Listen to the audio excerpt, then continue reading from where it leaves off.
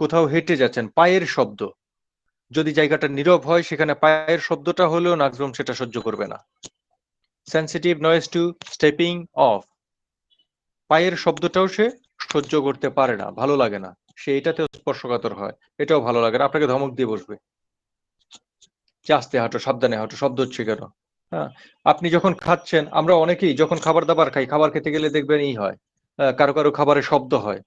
আপনার পাশে বসে বা নাক্সভোমের পাশে বসে যখন কেউ শব্দ করে খাবে, তখন এই শব্দটা তার কানে খুব লাগবে, সে তার দিকে হয় রক্তচক্ষু করে তাকাবে, নয়তো তাকে বলেই বসবে যে ভাই এত শব্দ করে খাচ্ছেন কেন, একটু আস্তে ধীরে খান।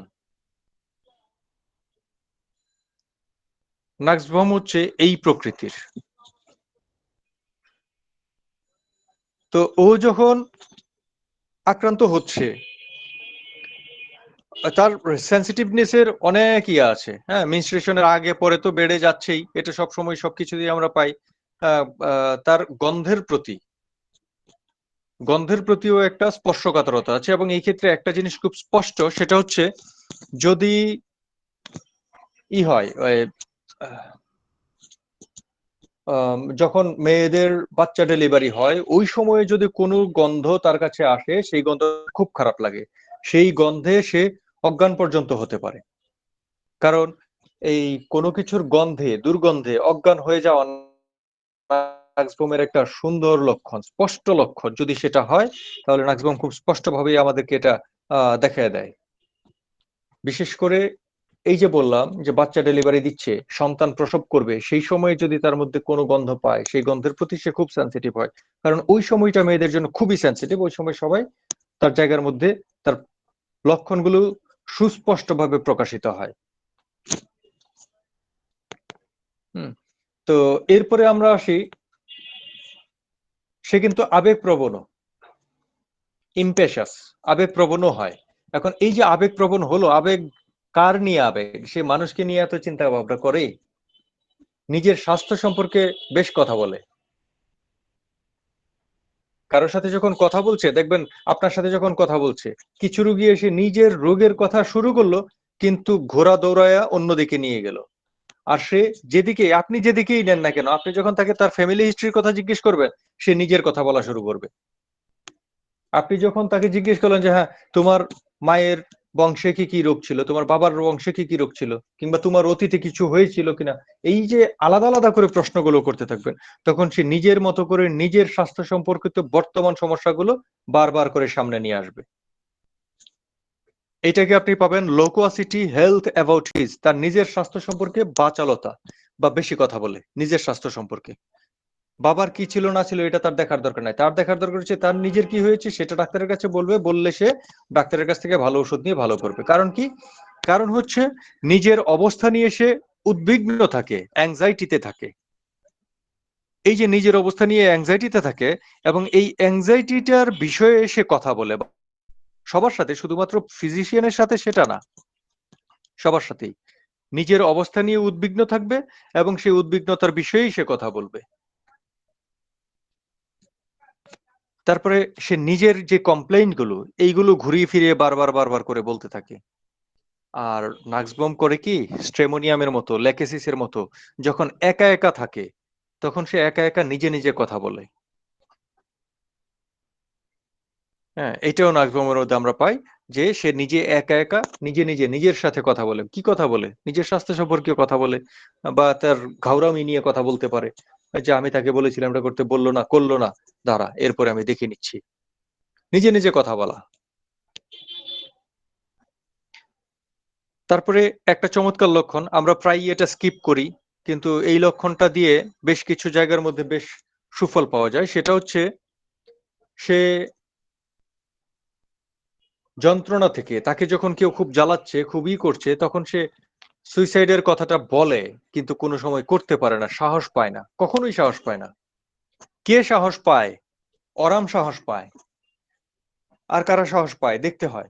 কিন্তু নাক্সভোম কখনোই সাহসী হয় না, সে শুধুমাত্র কথা বলবে,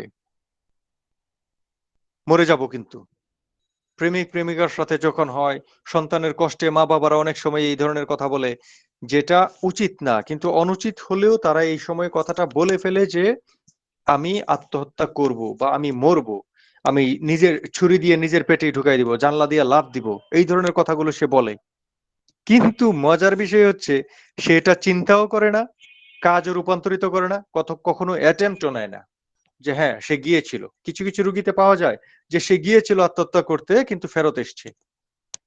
নাক্সবম কখনো যাবেও না, ওই যে মুখে বললাম শেষ, বলার পরে শেষ, হারাই গেছে, আর কোনো কিছু মনে থাকে না। কারণ কি, তার মধ্যে খুব সাহসের অভাব এবং মৃত্যু ভয় দুইটাই আছে। সাহসের অভাবও আছে, মৃত্যু ভয়ও আছে। এই যে যন্ত্রণায় সে কথা বলছে, এটা শুধু মুখে মুখে বলছে, কিন্তু সে চিন্তাটা করছে না, কারণ সে তো মরতে চাচ্ছে না, এটা মনে নাই, তার চিন্তায় নাই। এই রুব্রিক গুলো আমরা কোথায় পাবো? Suicidal disposition Tux always of suicide but does not commit. সব সময় সে কথাটা বলে সুইসাইড করার, কিন্তু কখনো সে পালন করতে পারে না। Suicidal disposition courage but lakhs, সাহসের অভাব। Suicidal disposition fear death with fear of, মৃত্যু ভয়, মৃত্যু ভয়ের সাথে সে সুইসাইডালের কথা বলে, কিন্তু সেই ভয়টা তার মধ্যে থেকে যায়। সুইসাইডাল ডিসপোজিশন নাইফ উইথ, একটা ছুরি দিয়ে সে মারা যাবে, বা নিজে নিজে গুলি করবে, জানলা দিয়ে লাফ দিবে, এই ধরনের কথাগুলো বলছে সে। এটা আমরা সুইসাইডাল ডিসপোজিশনে পাচ্ছি। পেইনস ফ্রম, যন্ত্রণা থেকে, কষ্ট থেকে সে এটা বলে।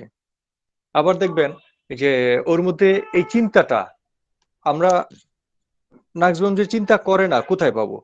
মাইন্ড সুইসাইডাল ডিসপোজিশন থটস, সেইখানে যে মেডিসিন গুলো রয়েছে সেখানে গিয়ে দেখেন নাক্সবম নেই। সেখানে অরাম আছে, হ্যাঁ অরাম সালফ আছে, সরিনাম আছে, নাট্রম সালফ আছে, মার্কসল আছে, হিপার সালফ আছে, অরাম মিউনেট আছে, অ্যানাকার্ডিয়াম আছে, কিন্তু নাক্সবম নাই। তাহলে কি পেলাম? সে সুইসাইড করার কথা বলে হুমকি ধামকি দেয় যে আমি কিন্তু থাকবো না, চলে যাব, কিন্তু সে এটা চিন্তাও করে না, করেও না। তারপরে আরেকটা জিনিস আমরা অনেক পেয়ে থাকি যে জৈব তরল পদার্থের অবক্ষয়ের ফলে দুর্বলতা। এখানে আমরা অনেক সময় চায়নার কথা পাই, জৈব তরল পদার্থের ক্ষয়ের ফলে স্মরণ শক্তির দুর্বলতা, সেক্ষেত্রেও চায়না পায়। এবং সেক্ষেত্রে আরো বেশি শক্তিশালী একটা ওষুধ হচ্ছে নাক্সবম। Memory, weakness of memory, loss of vital fluids from, জৈব তরল পদার্থ ক্ষয়ের ফলে তার স্মরণ শক্তি দুর্বল হয়ে যায়। এখন জৈব তরল পদার্থগুলো কি কি সেটা এখানে যেহেতু আমরা সবাই ডাক্তার, আলাদা করে আর বিশ্লেষণ করার প্রয়োজন মনে করছি না, কারণ সময়টা তো কম, অল্প সময়ে কিছু কথাই আলোচনা করি। তারপরে দেখেন ওর মধ্যে মৃত্যু ভয় যে আছে, কেন সে মরতে পারছিল না সেটা বলছিলাম, সেটা এখানে আরেকবার বলি যে মৃত্যু ভয়টা মানে কার কি ভয়, আমরা অনেক সময় মুখস্থ জিজ্ঞেস করি যে কিসে কিসে ভয় পায়, বা এটাতে ভয় পায় কিনা, সেটাতে ভয় পায় কিনা। এই জায়গার মধ্যে যদি যাই তাহলে আমরা নাক্সবমে দেখতে পাই যে সে মৃত্যুকে ভয় পায়, ফিয়ার ডেথ অফ, এবং ভবিষ্যতে কি হবে না হবে, দুর্বিপাক যেটাকে আমরা বলি, মিসফরচুন যেটাকে বলি, এই কি হবে, কি জানি কি হয়, একটা ভয় তার মনে, না জানি কি হয়, না জানি ভাগ্যটা আমার খারাপ হয়, এখন তো ভালোই চলছে, ভবিষ্যৎ জানি কেমন হয়। এই যে চিন্তা ভাবনাগুলো, এই জায়গাগুলোতে নাক্সবম আছে। অনেকগুলো ওষুধের সাথে তার অবস্থান আছে শুধু জানলাম, কারণ অনেকগুলো ওষুধের সাথে যখন থাকবে তখন ওষুধ নির্বাচন করাটা প্রায় সম্ভব হয় না, কিন্তু অবস্থানটা আছে কিনা সেটা তো জেনে রাখতে হয়, আর সেই জন্য আমরা জেনে রাখি। আবার দেখেন যখন ভয়ঙ্কর কোনো স্বপ্ন দেখে সে ভয় পায়, ভীত হয়, চিন্তা ভাবনার মধ্যে এটা থাকে।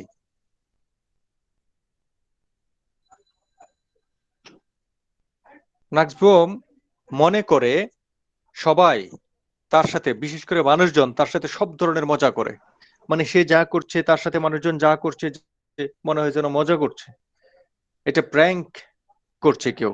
Dilution, delusions, people pranks with him, people carry on all sorts of, তার সাথে মানুষজন মজা করে। তারপরে আবার আরেকটা ডিলিউশন আছে, সেটা কি, মানুষজন তাকে প্রশ্নের সাথে সম্বোধন করে এবং তাকে অবশ্যই উত্তর দিতে বাধ্য করে। যখন তাকে উত্তর দিতে বাধ্য করা হয়, আমরা এর আগে বলে এসেছি, যখন তাকে উত্তর দিতে বাধ্য করা হয় তখন সে খিটখিটে হয়, বা তার মধ্যে রাগ চলে আসে, খিটখিটে ভাবটা চলে আসে তার মধ্যে। এই বিশ্বাসটা থাকে, সে মনে করে যে আমাকে মনে হয় এরকম যে উত্তর দিতেই হবে। কনফিউশন অফ মাইন্ড, মনের বিশৃঙ্খল অবস্থা নাক্সবমের মধ্যে রয়েছে, কারণ মনের বিশৃঙ্খল অবস্থার মধ্যে অনেকগুলো ওষুধ, কয়েকশো ওষুধ, 400-450 ওষুধ রয়েছে। এর মধ্যে ওর নাক্সবমের মনের বিশৃঙ্খল অবস্থাটা কখন হচ্ছে, কেমন হচ্ছে, যেমন একটা মানুষ যখন উৎসব করে, উৎসবের মধ্যে কিন্তু একটু খাবার দাবার বেশি খায় সবই, তেমনি যখন সে মদের উৎসব করে বা নেশা জাতীয় কোনো কিছুর উৎসব করে, সেইখানে তো একটু বেশি খাবেই স্বাভাবিকভাবে। তো সেখান থেকে আসার পরে ওই লোকের মাইন্ড যেমন কনফিউশনে থাকবে, এমন একটা অবস্থা হয়ে যায় তার মধ্যে, তার সাথে মাথা ঘোরানো থাকতে পারে, থাকে। এই মনের বিশৃঙ্খল অবস্থাটা হচ্ছে এই রকম যে কোনো মদ্যপান করে যে উৎসবে, সেই উৎসবে অনেক মদ পান করে আসার পরে এর মধ্যে যেমন একটা মাতলা মাতলা ভাব থাকবেই। মনের বিশৃঙ্খল অবস্থা শুধু মাতলামি ভাব না, মাতলামি ভাবের চেয়ে বেশি অবস্থা খারাপ। সেই অবস্থায় গিয়ে নাক্সবম, এবং তার সাথে কি হয়, মাথা ঘোরানি থাকে। কনফিউশন অফ মাইন্ড, ভার্টিকুইড, মাথা ঘোরানোর সাথে এই কনফিউশন অফ মাইন্ডটা থাকে। আর নাক্সবমের ওই যে আমরা শুরুতেই একটা কথা বলেছিলাম যে পেটের একটা আছে বা গ্যাস্ট্রিকের একটা সমস্যা আছে, তেমনি যে কোনো ধরনের পেটের গোলযোগের সাথে, মানে ডাইজেশনের গোলযোগের সাথে তার কিছু অভিযোগ থেকে যায়। তার মনগুলো যেমন যখনই তার খাবার দাবার ঠিকঠাক মতো হজম হচ্ছে না, মেজাজটা খিটখিটে হয়ে যাচ্ছে, এটা হতেই পারে। Complaining stomach with complains. তারপরে আমরা কিছু কিছু মানুষ দেখি যে মানুষগুলো কি করে, রক্ত দেখতে পারে না, কোনো ক্ষত, ঘা, আলসার, এই ধরনের জিনিসগুলো দেখতে পারে না। এই ধরনের জিনিসগুলো দেখতে পারে না কারা? সেখানে আমরা নাক্সবমকে খুঁজে পাই। রক্ত দেখতে পারে না, mind, blood can not look at, wounds can not look at, তারা রক্ত দেখতে পারে না, তারা কোনো ক্ষত দেখতে পারে না। হ্যাঁ, তারপরে ওই যে আমরা একটা কথা বলেছিলাম যে গন্ধে, গন্ধে, দুর্গন্ধে অজ্ঞান হয়ে যায় কখন? আমরা এই তার ডেলিভারির সময়ের একটা কথা, এই কথাটা মনে হয় বলেছিলাম। তো এইখানে আমরা এটা পাই যে সে গন্ধে অজ্ঞান হয়ে যায় এবং ফুলের গন্ধে মাথা ঘুরায়। মোটামুটি এই হচ্ছে তার মানসিক অবস্থার মূল কথা। তাহলে মূল কথাগুলো কি কি আমি আরেকবার একটু করি, যেখানে যে রুক্ষ মেজাজ, রুক্ষ মেজাজ তার মানে রুক্ষ মেজাজ কি? তার খিটখিটে মেজাজ, রাগী স্বভাব, বদমেজাজ, তার সাথে হচ্ছে অধৈর্য এবং একগুঁয়ে স্বভাব, কোনো ধৈর্য থাকে না, আর যা বলবে তাই করতে চাইবে, আরেকজনের ইচ্ছাকে প্রতিহত করবে, প্রাধান্য দিবে না কখনো অন্যের ইচ্ছাকে, নিজের ইচ্ছাটাকেই সবসময় প্রাধান্য দিবে। হ্যাঁ, তার মধ্যে হিংসা প্রচুর এবং ঝগড়াটে, হিংসুটে এবং ঝগড়াটে। হিংসার বশবর্তী হয়ে সে নিজে খুব সহজে অপমান করতে পারে, নিন্দা করতে পারে, তিরস্কার করতে পারে, ঝগড়া করতে পারে, এবং বাধা পেলে তো ঝগড়া করবে, এখানে কোনো কথা নাই। যখনই তার কাজে কর্মে কথায় বাধা দেওয়া হয়, তখন সে সহজেই ঝগড়া করবে। আর পড়তে বসলে নানান ধরনের চিন্তা ভাবনা করবে, পড়াশোনায় কোনো মনোযোগ থাকবে না, পড়াশোনা করতে ভয় পায়, বা সাহিত্যকর্ম জাতীয়, লেখাপড়া জাতীয়, গণনা জাতীয়, হিসাব জাতীয়, অনেকেই আছে যে ব্যাংকের ক্যাশের কাজ করতে চায় না, ক্যাশের কাজ করতে পারে না, এগুলোতে তার ভয়। স্পর্শকাতরতা, সকল বাহ্যিক প্রভাবে স্পর্শকাতরতা থাকে, যেমন আলোতে, গান বাজনায়, শব্দে, গন্ধে ইত্যাদিতে তার স্পর্শকাতরতা আছে। আলো সহ্য করবে না, গান বাজনা শুনতে চাইবে না, কোনো ধরনের শব্দ, এমনকি যে বলেছিলাম পায়ের শব্দটাও সে শুনতে চায় না, কেউ হাঁটছে সেই শব্দটাও সে শুনতে চায় না। স্পর্শকাতরতা, আর এত স্পর্শকাতরতা আছে বলেই দুর্গন্ধে অজ্ঞান পর্যন্ত হয়ে যেতে পারে। তারপরে আত্মহত্যার কথা বলে কিন্তু আত্মহত্যা করতে পারে না, সাহসে কুলায় না, তার মধ্যে কোনো সাহস থাকে না, মৃত্যুকে ভয় পায়। মোট কথা সে আত্মহত্যার চিন্তাই করে না, মনের মধ্যে এটা নেয় না, এটা শুধু মুখেই রাখে যে হ্যাঁ আমি কিন্তু মরে যাব তোরা এরকম করলে। আর জৈব তরল পদার্থের ক্ষয়ের ফলে স্মরণ শক্তির দুর্বলতা নাক্সবমে আমরা দেখতে পাই। নিজের স্বাস্থ্য সম্পর্কে বেশি কথা বলে, নিজের স্বাস্থ্য নিয়ে, নিজের অবস্থা নিয়ে উদ্বিগ্ন থাকে এবং এইসব বিষয়ে কথা বলে। আর খুব গুরুত্বপূর্ণ একটা লক্ষণ হচ্ছে রক্ত দেখতে পারে না, কোনো ঘা, ক্ষত, জখম ইত্যাদির দিকে তাকাইতেও পারে না। মানসিক এই যে মনের অবস্থাটা, তার মনের এই অবস্থাটার সাথে আমরা একটু সার্বদৈহিক লক্ষণ দেখি।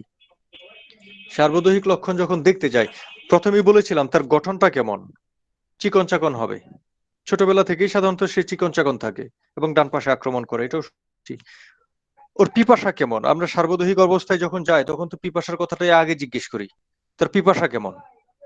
তার পিপাসাটা খুব বেশি যে আছে তা না, একদম যে নাই তাও না, পিপাসা আছে আমরা বলতে পারি। এবং ক্ষুধা আছে কিন্তু খাবারের ইচ্ছা নাই। ক্ষুধা আছে, অনেক বেশি ক্ষুধা আছে, খাবারের ইচ্ছা নাই। আবার কখনো কখনো দেখা যায় একদমই ক্ষুধা নাই, ক্ষুধাও নাই রুচিও নাই, অথবা ক্ষুধা আছে রুচি নাই। দুইটা ক্ষেত্রেই নাক্সিমাম চমৎকার কাজ করে। আর সামান্য একটু খাওয়ার পরে তার পেটটা ভরে যায়, আর বেশি খাইতে পারে না। মনে হয় 3 প্লেট খাবে, আধা প্লেট খাওয়ার পরে পেট ভরে গেছে। হুম। নাক্সভোমের একটা সুন্দর লক্ষণ আছে, সেটা হচ্ছে আমাশা যখন হয় তার, নাক্সভোমের আমাশা যখন হয় তখন তার মধ্যে ক্ষুধাটা খুব বেড়ে যায়, খালি খাইতে ইচ্ছা করে, খালি খাইতে ইচ্ছা করে। এবং সে খাইতে পছন্দ করে কি, কফি খাইতে পছন্দ করে, মাংস খাইতে পছন্দ করে, চর্বি জাতীয় খাবার খাইতে পছন্দ করে, দুধ জাতীয় খাবার খাইতে পছন্দ করে, ঝাল মিষ্টি এগুলো পছন্দ করে। রুটি, গরম খাবার এই জাতীয় খাবারগুলো সাধারণত সে খাইতে পছন্দ করে না। এবং নাক্সবম যেহেতু শীতকাতর, সে যখনই ঠান্ডা পানি খাবার খাবে তার সমস্যা হয়, মানে খাবারের বৃদ্ধিটা হয়। কফি পান করবে, তার খাবারের বৃদ্ধি হয়, কারণ ঘুম হবে না।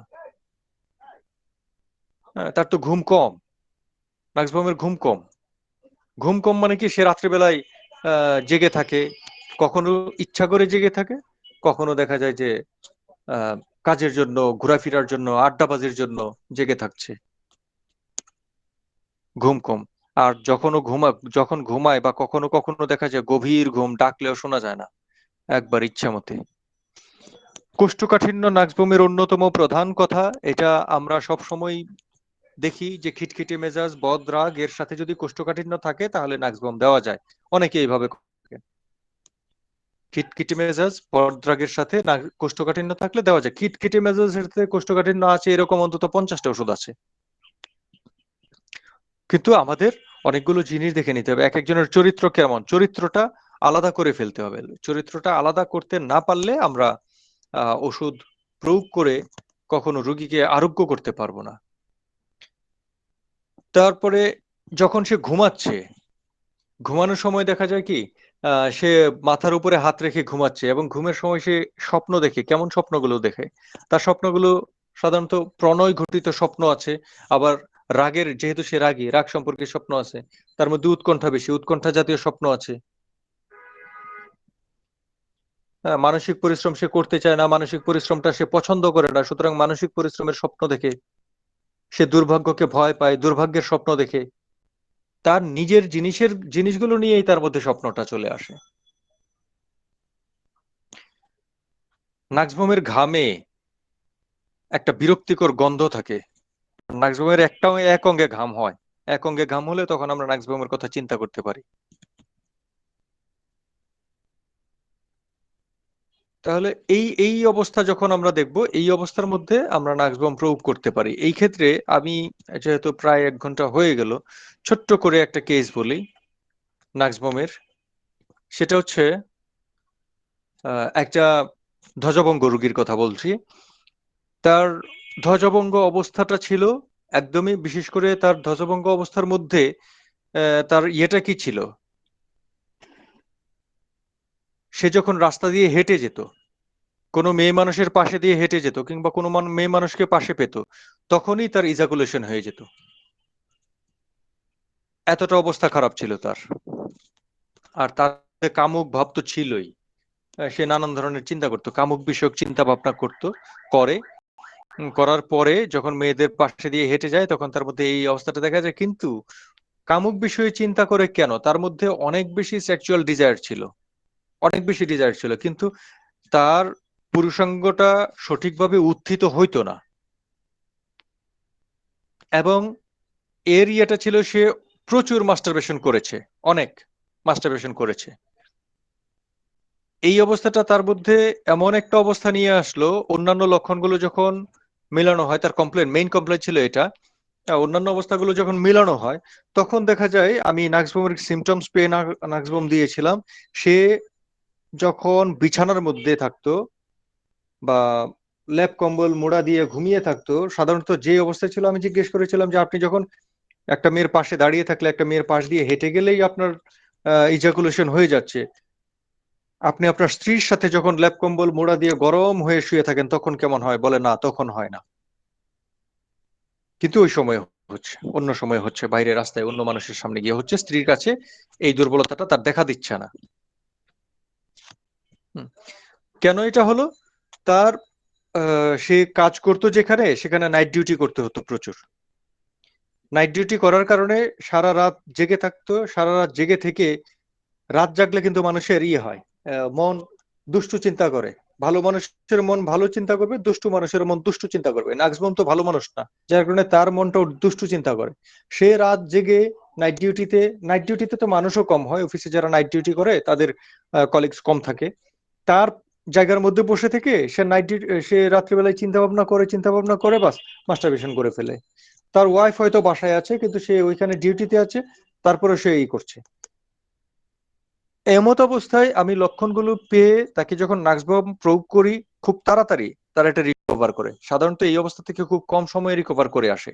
তারপরে এটা করে এসছিল একটা কেস বললাম। এখন নাক্সবম নিয়ে সংক্ষেপে কিছুটা কথা যখন বললাম, এর ভিতর থেকে কোনোখানে কোনো কোশ্চেন আছে কিনা বা বুঝতে পারেননি কোথাও এরকম কোনো জায়গা আছে কিনা যদি বলেন, আমি একটু ক্লিয়ার করে ছেড়ে দিব। এরপরে যদি আর কেউ কিছু বলতে চায় আমরা সেটা শুনবো। ধন্যবাদ স্যারকে, অত্যন্ত চমৎকার ভাবে নাকবুম আমাদের সামনে উপস্থাপন করেছেন। শুধু ডাক্তার ভাই বোনেরা, আপনারা শুনছেন হোমিওপ্যাথিক কল্যাণ সোসাইটি আয়োজিত স্বাস্থ্য সুরক্ষায় হোমিওপ্যাথি অনুষ্ঠান। আমাদের আজকের আলোচ্য বিষয় নার্স ভূমিকা। আমাদের অতিথি ডাক্তার শফিকুল ইসলাম। স্যারের আলোচনা এ পর্যন্তই শেষ। আপনাদের যদি কারো কিছু স্যারের কাছে আজকের আলোচ্য বিষয় নিয়ে জিজ্ঞাসা থাকে তাহলে আপনারা প্রশ্ন করতে পারেন। ধন্যবাদ।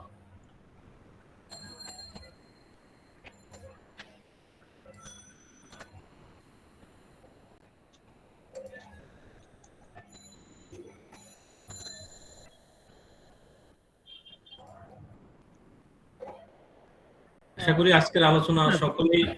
ডক্টর শফিকুল ইসলাম স্যারের কাছে একটা প্রশ্ন আছে স্যার। স্যার আসসালামু আলাইকুম স্যার।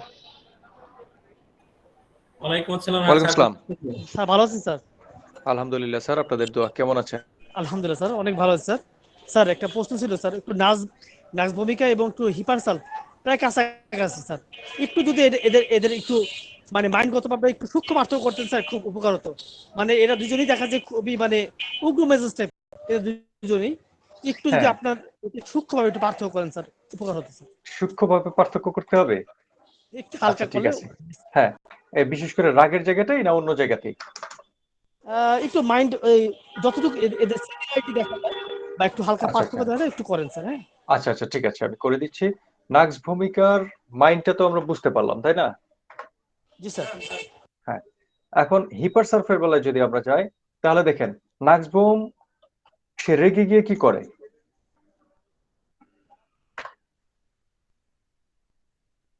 নাক্সবুম রেগে গিয়ে কি করছে? কাউকে আঘাত করার ব্যাপারে কতটুক নাক্সবুম আগ্রাসী, আর হিপারসালফ কতটুক আগ্রাসী?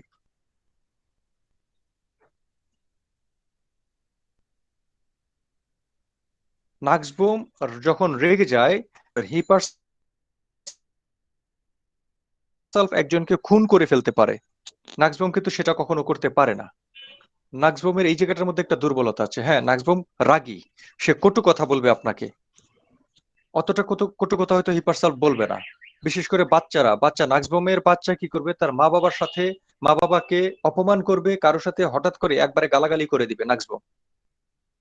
হিপারসালফ কিন্তু সেটা করবে না, সেটা করতে পারে না। তারা করতে পারে না বলবো না, করবে একটা সময় গিয়ে। সে যখন হিপারসালফ পরিপূর্ণ আসবে তখন সে ওই জায়গায় যাবে। আর নাক্সবম আপনাকে গালি দিবে, কটু কথা বলবে, হিপার সালফ মনে মনে রাখবে, আঘাত করবে, পরবর্তীতে এটা আরো বেশি চরম প্রতিশোধ নেবে। নাক্সবম শুধুমাত্র আপনাকে কটু কথা বলে বিদায়, হিপার সালফ পরবর্তীতে আপনার আর্থিক ক্ষতি করবে, আপনার মাথায় বাড়ি দিবে, এমনকি সে তার শত্রুকে হত্যা পর্যন্ত করে ফেলে। হ্যাঁ, রাগ করার পরে এলিমেন্টস ফ্রম অ্যাঙ্গারে যদি আমরা যাই, রাগ করার পরে যে শরীরের মধ্যে আসে সমস্ত অ্যাংজাইটি চলে আসে।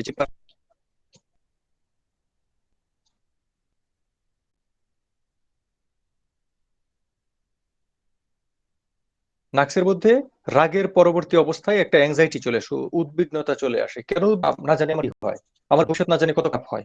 কিন্তু হিপারের মধ্যে সেটা থাকে না। হিপার তো সামনে কি হবে না হবে সেটা চিন্তা করবে না, চিন্তা করলে আরেকজনকে হত্যা করতে পারতো না।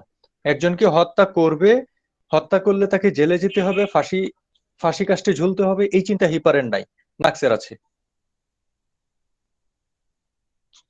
এই জন্য নাক্স যখন আপনাকে কটু কথা বলবে, রাগ করে কাউকে কিছু বলবে, রাগ করে যে তাকে আঘাত করবো, সে যদি আমার মাথায় একটা বাড়ি তো শেষ। এই জন্য যে ভয়টা হিপারের, এই নাক্সের যে ইমোশনাল আমরা বলছিলাম, নাক্সের যে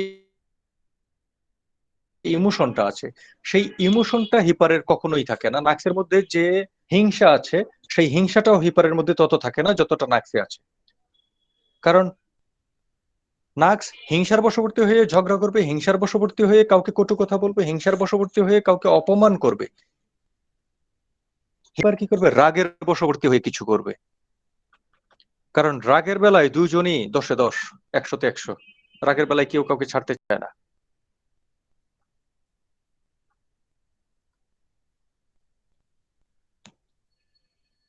বিশেষ করে আমরা যখন আরো পাই, আপনি যখন কোনো কোশ্চেন করবেন,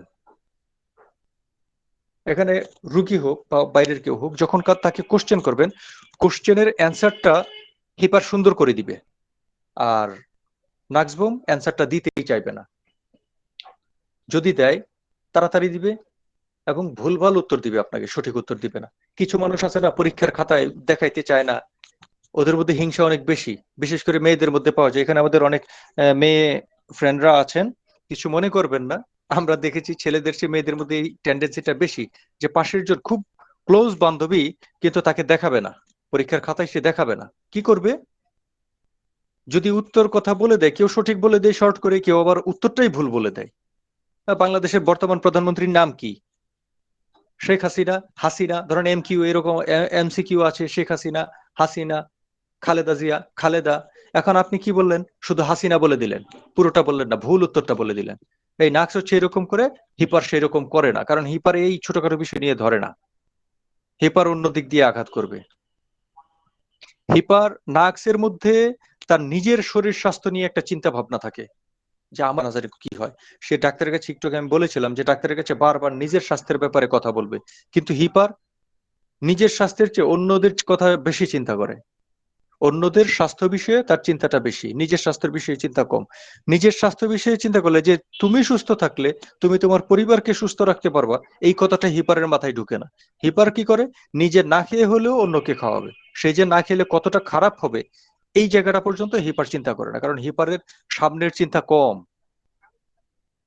হুম, এইরকম আর কি, কতগুলো ছোট ছোট ছোট ছোট পার্থক্য করলে তো শত শত পার্থক্য করা যায়। আমরা ছোট ছোট করে এরকম পার্থক্য করে নিয়ে ওষুধ প্রয়োগ করব, ইনশাল্লাহ ভালো করব।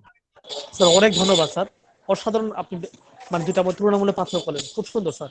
আমি মানে এমনটাই চেয়েছিলাম, যেভাবে আপনি স্যার উপস্থাপন করলেন স্যার, যেভাবে আপনি ব্যাখ্যা করলেন দুটার মধ্যে একটা পার্থক্য করলেন, আপনাকে অশেষ ধন্যবাদ স্যার। ধন্যবাদ। অসংখ্য ধন্যবাদ স্যারকে। আমাদের আর কোনো দর্শকদের যদি স্যারের নিকট কোনো প্রশ্ন থাকে তাহলে করতে পারেন। আমাদের আলোচনার সময় নির্দিষ্ট। আসসালামু আলাইকুম রহমতুল্লাহ। ওয়ালাইকুম আসসালাম। আমি আব্দুর রাজ্জাক সুন্দরগঞ্জ থেকে বলছিলাম। আপনি বলছিলেন যে আমি পরে জয়েন করছি তো, জি স্যার। তো নাক্স যে কপালে হাত দিয়ে ঘুমায়, হ্যাঁ, এবং তার বালিশটা উঁচু না নিচু, এবং এই কপালে হাত দিয়ে ঘুমায় কতগুলো মেডিসিন আছে? কপালে হাত দিয়ে ঘুমাই কতগুলো মেডিসিন আছে? আগে খুঁজে বের করেন তাহলে কপালে হাত দিয়ে ঘুমাই কখন, কেন? কপালে হাত দিয়ে ঘুমাই এটা আমরা পাবো কোথায়? যেহেতু এইভাবে কোশ্চেনটা উঠছে, কতগুলো মেডিসিন আছে, তার মানে রেপার্টরি থেকে কোশ্চেনটা আপনি করেছেন। আমরা তো ম্যাথমেটিক আলোচনা করছি, তাহলে রেপার্টরিতে আপনি এটা বের করেন যে কপালে হাত দিয়ে ঘুমাই কখন, এটা আমরা কোথায় পাই? আমরা ফরওয়ার্ডে ফরহেডে? স্যার, সমস্যা কি ঘুমানো নাকি? কেন সমস্যা ঘুমানোর হবে? রাত দিয়ে ঘুমান, হ্যাঁ,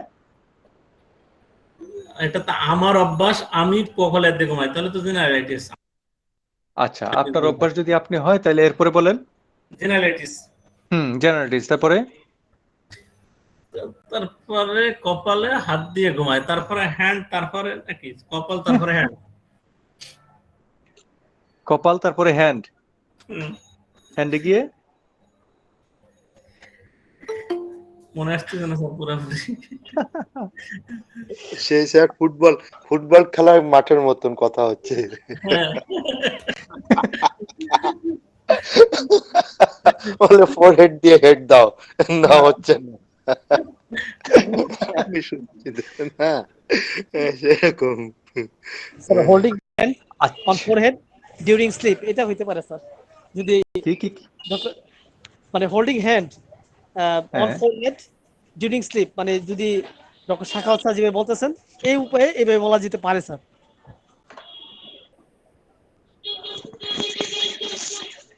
হোল্ডিং হেড মানে? Holding hand on forehead during slip, মানে যদি এটাকে মানে বলা যায় কি, ডক্টর শাখাওয়াত স্যার যেভাবে বলতেছিলেন এই আর কি, সেটাকে একটু মানে মনে করলাম আর কি স্যার। না, আমাদের হচ্ছে মূল জায়গাটা কোথায়?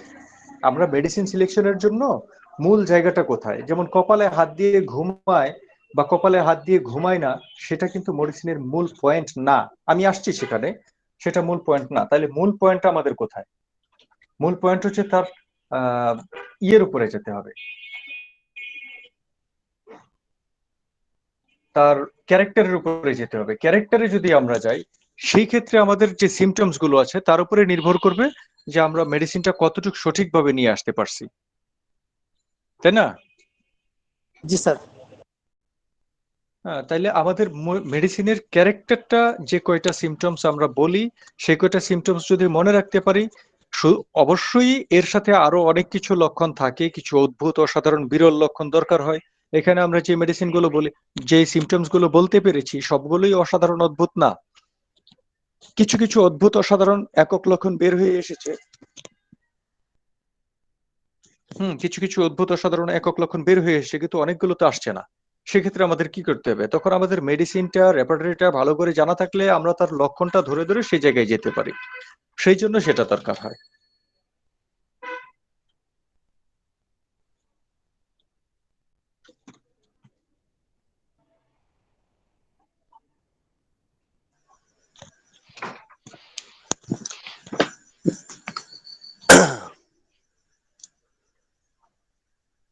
স্যার, আপনার আলোচনাটা খুবই সুন্দর হয়েছে। যে একটি যে নাক্স ভূমিকার উপর যে সুন্দর আলোচনা করছেন, এর থেকে সুন্দর আলোচনা আর হয় না। তা আমাদের স্যাররা এখানে আছেন যারা, ওনারা আরো বেশি সুন্দর আলোচনা করেন। না, আপনার আলোচনাটা আজকে খুবই খুবই একটা সুন্দর আলোচনা, যেটা অসাধারণ।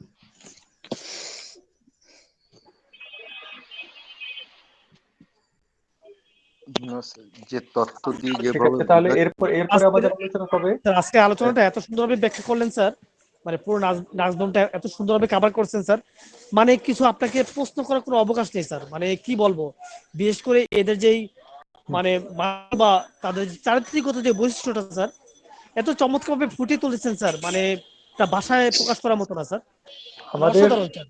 আমাদের চারিত্রিক বৈশিষ্ট্যটা দরকার। চারিত্রিক বৈশিষ্ট্য জি স্যার। যত সুন্দর হবে, তত সুন্দর ভাবে আপনি করতে পারেন। ইয়েস চারিত্রিক বৈশিষ্ট্য, অবশ্যই অবশ্যই। ক্যারেক্টার যত তুমি সুন্দর করে গড়ে তুলতে পারবেন, ততই তার মূল্যবান বোধ এবং সব দিক দিয়ে তার চরিত্র ফুটে ওঠে। একটা যেমন পদ্ম ফুলটা যেমন ফুটে ওঠে স্যার, এত সুন্দরভাবে, ঠিক এই ক্যারেক্টারটা এত মানে আপনার বোঝানোটা দারুণ হচ্ছে। সে যেমন ব্যাকরণ করে না, ব্যাকরণের রচনা যে সুন্দর করে তার চারিত্রিক গঠন করে করে লেখা হয়, একদম ওই অত সুন্দর করে বলেছেন। আমি মাঝে এসে ওপেন করেছি, পাইনি, খুঁজতে খুঁজতে মাঝপথে ধরেছি। ইয়ার জন্য আমি আর কোনো কোশ্চেন করতে পারছি না। আচ্ছা, কোশ্চেন, ধন্যবাদ। আমাদের আসলে সবসময় কোশ্চেনটাই শেষ না, আমরা শেষ পর্যন্ত যেটা চাই সেটা হচ্ছে আমরা যখন আলোচনা করি, আমি যেটা করি, আমাদের স্যাররা যখন আলোচনা করেন তখন কি করি, সেখান থেকে কথাগুলো একটু একটু একটু একটু করে যেটা ভালো লাগলো নিয়ে আসলাম, ইয়েস, সামনে ইয়েস। খাতা কলম নিয়ে তারপরে আমরা আলোচনাটা শুনতে বসলে ভালো হয়, আমি করি আর কি এটা। যখন না, স্যার আমিও আজকে করি স্যার, আমিও করি, কিন্তু আজকে আর সময় পাইনি। আস্তে স্যার আস্তে আজকে দেরি আলোচনাটা হয়। আপনি যেভাবে খুঁটিনাটি সমস্ত বিষয়গুলা হ্যাঁ। করেছেন, কিন্তু এই আলোচনাটা খুব সুন্দর হয়েছে। প্রত্যেকটা ছোট ছোট আলোচনা, প্রত্যেকটা খুঁটিনাটি বিষয়গুলো মানে আপনি টপিক করে স্যার, দিচ্ছেন। টপিক স্যার, জি স্যার। ওই যে আমাদের এক বন্ধু প্রশ্ন করছিল যে মাথার উপর হাত দিয়ে ঘুমায় কতগুলা ওষুধ, জি স্যার। এরকম বোধহয় প্রশ্নটা ছিল, এই তো জি স্যার। হ্যাঁ, নাকি? জি স্যার। খুব সম্ভবত 22টা হ্যাঁ, ওষুধ, হ্যাঁ। তার মধ্যে একটা ফার্স্ট গ্রেড পালসিটিলা, হুম। 4টা হলো সেকেন্ড গ্রেড, তার মধ্যে নাজভ্রম হলো সেকেন্ড গ্রেড, বাকি আরো 3টা আর্জেন্ট মেটালিকাম, প্ল্যাটিনাম আর ল্যাক্কানিনাম। Thank you sir. জি স্যার। Thank you sir. সামনে থাকলে এই সুবিধা, আপনারা গুরুরা সামনে থাকলে এই সুবিধা আমাদের উদ্ধার করতে পারেন। গুরু আমার সামনে রেপার্টরি থাকলে বের করে ওর দিতাম। মাথার নিচে হাত দিয়েও যদি ঘুমায় তাও কিন্তু নাজভ্রম সেকেন্ড গ্রেড। একটু বলবেন। তখন 21টা ওষুধ আছে।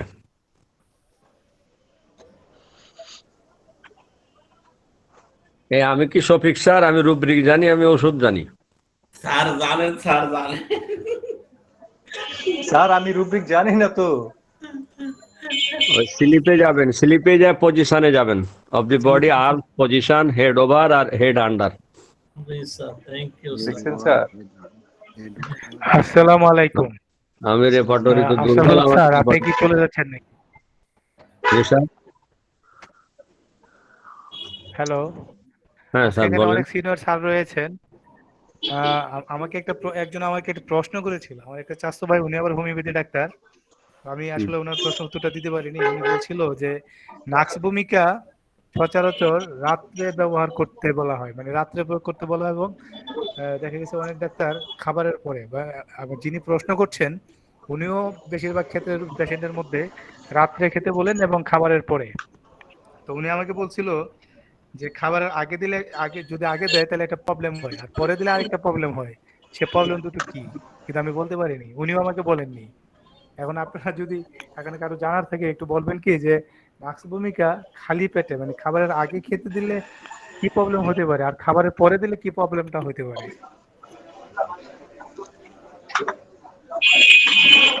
কি প্রবলেম হয় আপনাকে কে বলছিল? আগে সেখানে আসি। এখানে বলছিল হচ্ছে আমার এক চাচাতো ভাই, ও হোমিও ডাক্তার।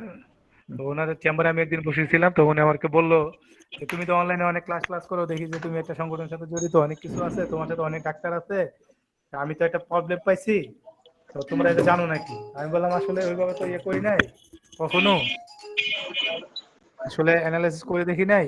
আমি জিজ্ঞাসা করবো, আমি জানতে পারি তাহলে আমি আপনাকে জানাবো, এই আর কি। মানে সাধারণত ওনার প্রশ্নটা কি? ওনার প্রশ্নটা হচ্ছে খাবারের আগে যদি নাক্স ভূমিকা ব্যবহার করা হয় তাহলে একটা সমস্যা হয়। কি সমস্যা হ্যাঁ, হয়? কেটাই বলছে? এখন আরে উনি আমাকে কোন বলেন, বই আছে? ওকে জিজ্ঞেস করেন যে লেখকের নাম কি, বইয়ের নাম কি। ও যদি লেখকের নাম বই বলতে দিয়ে পারে, না, আমি পৃষ্ঠা নাম্বার বলি, ও খালি বইয়ের নাম বলতে পারেন। না উনি নাকি প্রয়োগ করে দেখেছে প্রবলেম হচ্ছে, সেটা উনি হচ্ছে জানেই না, উনি আমার কাছে উনি যা ওইরকম বলেন বলছে না। তা শোনা কথা, এবং জানে না, না জানে কথা বলছে। উত্তর আমার কাছে আছে, উত্তর দেবো, কিন্তু আমি আপনাকে ধরছি এখন যে উনি যে বলছে, কি সমস্যা হয় আর কোথায় পেয়েছে। একা একা পাইলে তো হবে না, পৃথিবীতে আরো বড় বড় পণ্ডিত এলো গেল, তারা হ্যাঁ, কেউ হ্যাঁ, বলে না উনি পাইছে কোথায়, স্বপ্নে পাইলে তো চলবে না। সেটা আমি আমি যেটা বলছিলাম, আমাকে যেটা বলছিল, আমার তো স্বাস্থ্য ভাই বড় ভাই, তা আমি তো আর তর্ক করতে পারি না। কারণ আমি বললাম আমি তো আপনাদের তো কোনো সমস্যা শুনি না বা পাই না। যদি তো ওনার নাগভম ছেলে আবার সকালবেলা, খেয়াল করেন আপনি প্রশ্ন যেহেতু করছেন আপনার জানা দরকার, আর ও আপনার শিখাইছে তো আপনি যে কাল সকালবেলা ওর শিখাবেন। নাক্স ভূমিকা সকালবেলা খালি পেটে নিম্ন শক্তি ঘন ঘন খেলে পিঠের দাঁড়ি বাঁকিয়ে যে ধনুষ্টঙ্কার হওয়ার সম্ভাবনা থাকে, টিটেনাস হওয়ার সম্ভাবনা থাকে। হ্যাঁ, শুধুমাত্র সকালবেলা খালি পেটে নিম্ন শক্তি ফ্রিকুইন্ট খেলে ওই সম্ভাবনা থাকে, আদারওয়াইজ নয়, মনে থাকে। বোঝা গেছে? স্যার বুঝতে পারছি স্যার। জি, অন্য কখনো নয়। আর রাত্রিবেলায় নাক্সভমটা ঘুম যাওয়ার আগে খেতে বলা হয়েছে এই কারণে যে সাধারণত অ্যান্টিসরিক ওষুধ খাওয়ার পরে মানুষের মধ্যে যেন কোনো কারণে উত্তেজনা না আসে, তাহলে কাজের হ্যাম্পার ঘটে। যদি কেউ ঘুমানোর আগে খায় দিয়ে ঘুমিয়ে যায়, অর্থাৎ কোনো ধরনের উত্তেজনা আর তার মধ্যে আসলো না, তবে ওষুধটা ভালো কাজ করে। যে কারণে নাক্সভম যেহেতু নিজে একটু উত্তেজিত পাবলিক, ওকে খাইয়ে দিয়ে ঘুমাইতে করেছে, তুই আর উত্তেজিত হইস না, ঘুমা। অ্যান্টিসরিক ওষুধ খাওয়ার পরে উত্তেজনা বা শারীরিক পরিশ্রম বেশি না করার জন্য কিছু কিছু মনীষী পরামর্শ দিয়েছেন যে খাওয়ার পরে সে রিল্যাক্সে থাকবে, শারীরিক কাজ পরিশ্রম কিংবা মানসিক উত্তেজনা যেন না হয়। তো ওই খায়া ঘুমাইলে তার শারীরিক কাজও থাকলো না, মানসিক উত্তেজনারও সুযোগ থাকলো না, তাহলে কাজটা ভালো করে। ব্যাখ্যা কি আমি জানি না। সুন্দর স্যার, ধন্যবাদ জানতাম স্যার। না। আমার মনে হচ্ছে আপনার অ্যান্সারটাই সবচেয়ে উত্তম এবং সঠিক হয়েছে। আমি না, যদিও আমি বড় আমি পণ্ডিতের ওনার বই ছেলেকে থেকে আবার বলছি, আমি বড় পণ্ডিতের বই থেকে বলছি, যাই না বলছি। আমি যে বই লিখছি সে বইয়ের মধ্যে তথ্য আছে। Thank you sir. আর আমি আমার স্যার ওনার ছেলেকে প্রশ্নটা করেছিলাম, ওনার ছেলে হোমিও ডাক্তার। ওনার ছেলে আমার কাছে যেটা বলছিল যে ওর আব্বুর কাছ থেকে শুনছে যে আমি আমি বুঝে গেছি অলরেডি কোন দাঁতের চিকিৎসা করে, যদিও আমি স্টুডেন্ট। সেটা হচ্ছে ও পঞ্চায়েতটা দিছে যে সকালবেলা যদি খায় তাহলে মানে গ্যাস, আমরা যে গ্যাসের জন্য সরাসরি করি, গ্যাসটা ওখানে সাপ্রেস হয়। যে যারা কন্টিনিউ মানে ক্রনিক। তার একটা জিনিস কি বলি, ওটা তফাৎ কখনোই নাকি ভালো আমরা হবে না বলি। সকালবেলা আমাদের খাওয়াইলে। আমাদের শফিক স্যার যেভাবে খুব স্মার্টলি বলেন, নাসির স্যার যেভাবে স্মার্টলি বলেন, প্রচুর বই ঘেঁটে কম্পেয়ার করে বলেন, আমি অত কম্পেয়ার করতে পারি না, আমি অত স্মার্টলি বলতে পারি না। আমার কথাবার্তা একটু কর্কশ, মানে অত মিষ্টি নাই। শফিক স্যারের নানি তো যখন হয়েছিল তখন তার মধু খাওয়াছিল, আমার নানি কি বলে সর্ষের তেল খাওয়াছিল, মধুর বোতলটা টাইনে দিতে যা সর্ষের তেলের বোতল দিয়ে ফেলাইছিল, ঝামেলা হয়ে গেছিল ওই জায়গায়।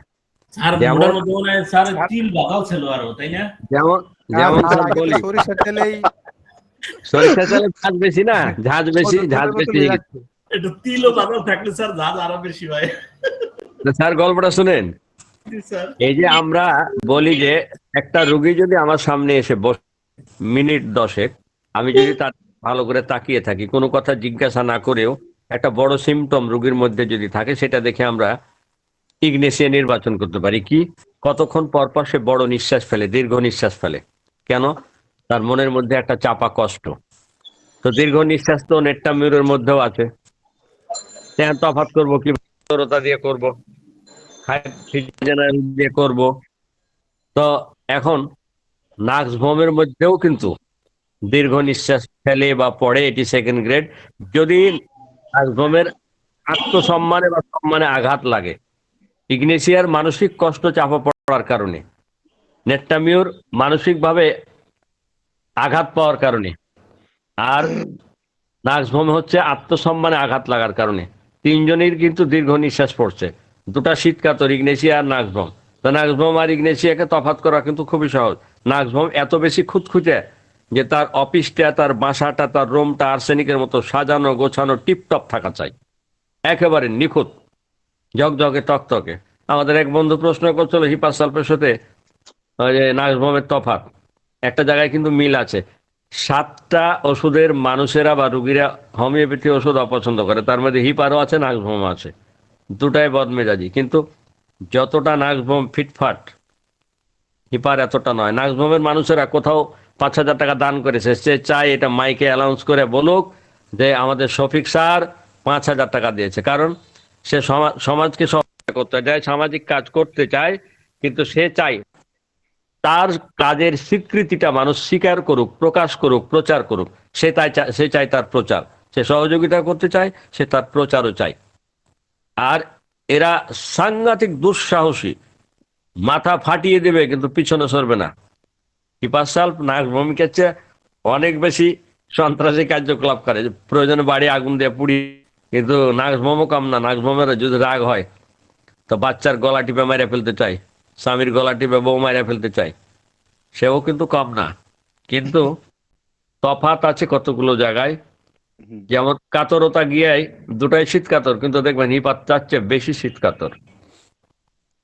তফাৎ করার অনেকগুলো জায়গা আছে, মজার মজার জায়গা আছে। শফিক স্যার এত সুন্দর করে চারিদিক নিখুঁত করে তুলে ধরে ধরে বলেছেন যে আমার মনে হয় যদি কেউ শুরু থেকে, আমি এই যে ক্লাসে ঢোকার পরে আমাকে অন্তত 15 বার বাইর হইতে হয়েছে, দেশের বাইরে দেশের থেকে বারবার কল আসছে, যদি কলটা না ধরে ডিস্টার্ব করতে থাকবে, বের হয়ে আমাকে কল ধরতে হয়েছে। এই যে এখনো একজন 4 বার ডিস্টার্ব করছে, কেটে দিচ্ছি কিন্তু সে বোঝে না। এইগুলি তো বোঝা উচিত স্যার, যে যে কেন কারণে পুরা কাটছে। তার অনেক ব্যাককাল আছে, মোবাইল কিনে কিন্তু মোবাইলের ব্যবহার জানা, কাটে দিলে অপেক্ষা কোথায় সে বোঝে না। আমি এই হ্যাঁ। ক্লাসটা থেকে অনেক কিছু বঞ্চিত হইলাম, যা স্যার বললেন আমার অনেক কিছু ছুটে গেল। হুম।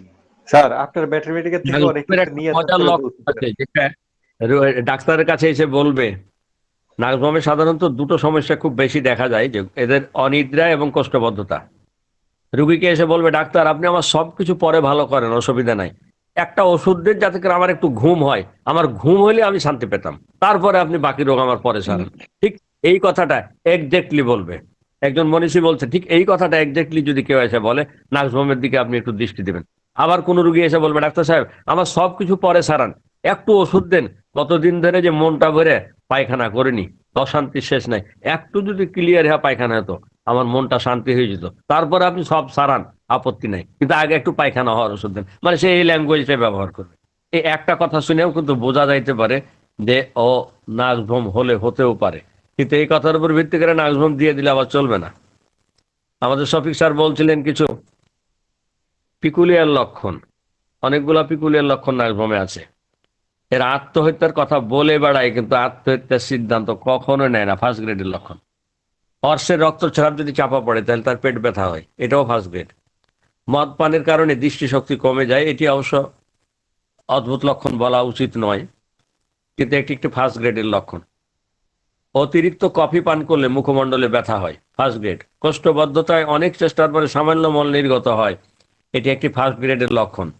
সব সময় প্রস্রাবের বেগ লেগেই থাকে, যা উত্তাপে উপশম, এটি একটি ফার্স্ট গ্রেডের লক্ষণ।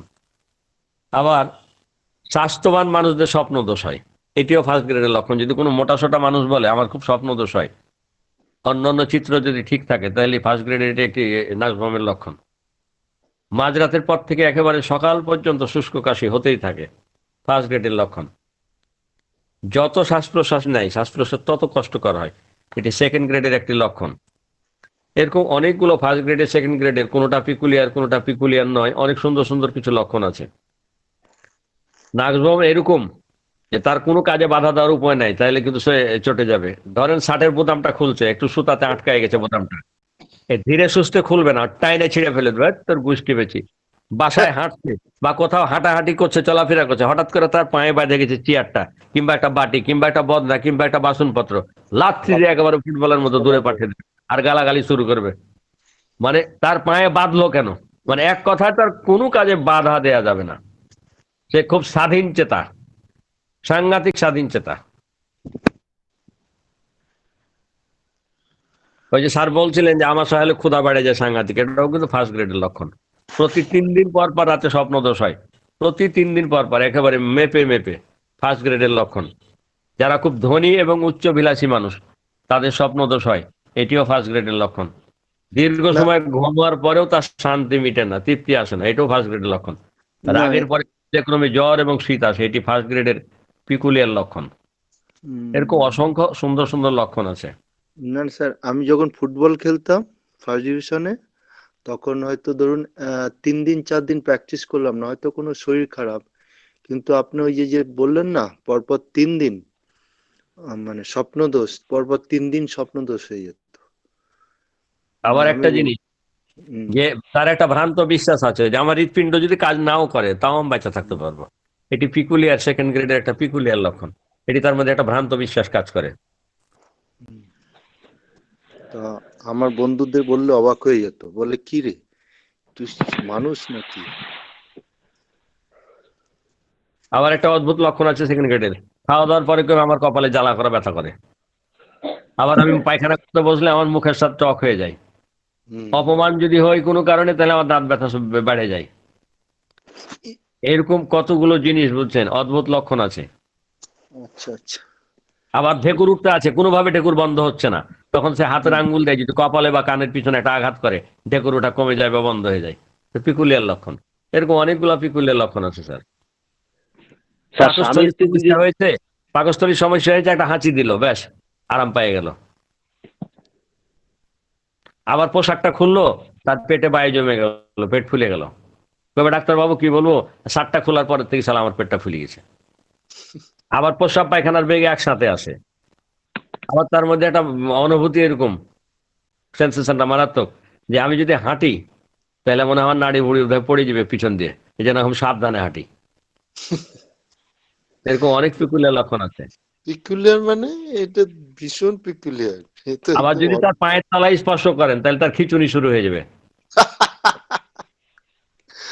শুনে তো হাসি আসছে। বা সন্ধ্যে শোয়ার পরে শরীরের উপর অংশে শীত শীত করবে।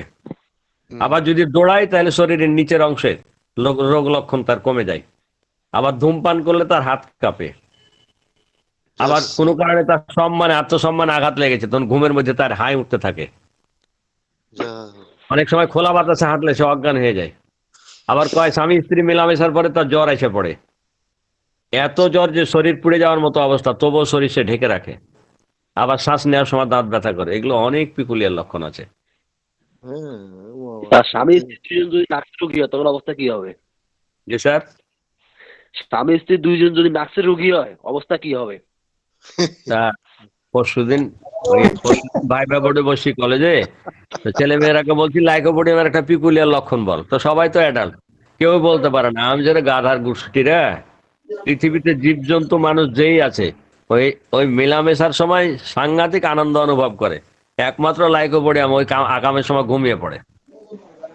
পোলাপান তো হাইসে খোটাখটি করে মরে গেল। আমার হাসলে চলবে না, এরূপ পিকুলিয়ার লক্ষণ কিন্তু বাপের বাড়ি শ্বশুর বাড়ি খুঁজলেও পাবি না, লেখা রাখ।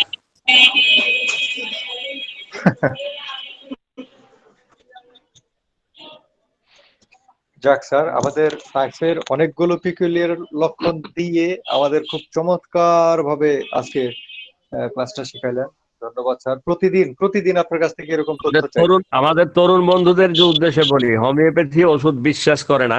এরকম 7টা ওষুধ আমরা পাই, নাক্সভোম তার মধ্যে একটা, কোস্টিকা, মিপাসাপ, লাইকোপোডিয়াম, নাইট্রিক অ্যাসিড, সিপিআই এবং কার্সিনোসিন। প্রত্যেকটা ওষুধই হচ্ছে মেজাজি। আচ্ছা।